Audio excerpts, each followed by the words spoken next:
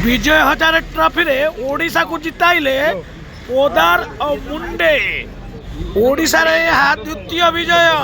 Channel को like करिवे, subscribe करिवे, कमेंट करिवे, नुआ आसले बेल आइकन टी को बजाई देबे। विजय हजारे ट्रॉफी रे ओडिशा को जिताई देले पोदार और मुंडे।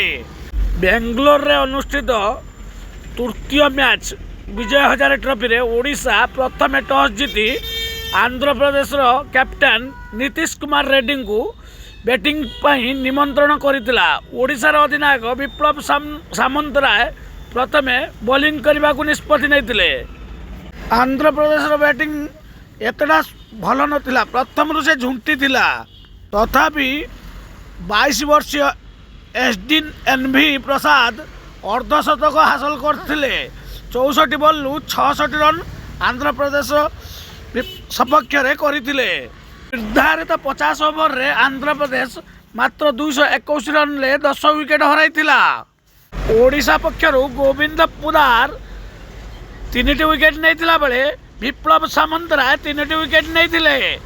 222 रन विजय लक्ष्य को धार्य रखी ओडिशा उल्लैथिला, किंतु प्रथम बॉल ले प्रथम विकेट खसीथिला। परे गोविंद पुदार, युव तारका ओमटी मुंडे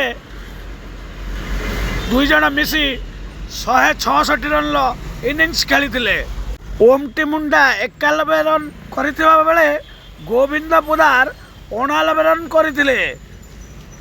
आंध्र प्रदेश पक्षर सत्यनारायण राजू 2टी विकेट नैथिले। यही मैच रे गोविंद पुदार 3 विकेट प्लस 89 रन करथिबारु तांको मैन ऑफ द मैच दिया होइतिला। ओडिशा एटा द्वितीय विजय। ओडिशा तार परवर्ती मैच दिल्ली विपक्ष में बुधवार दिन खेलिबो। चैनल को लाइक करिवे, सब्सक्राइब करिवे, कमेंट करिवे, नुआ आसले बेल आइकन टी को बजाय देबे। सब्सक्राइब करिवे। जय जगन्नाथ, जय जगन्नाथ, जय जगन्नाथ।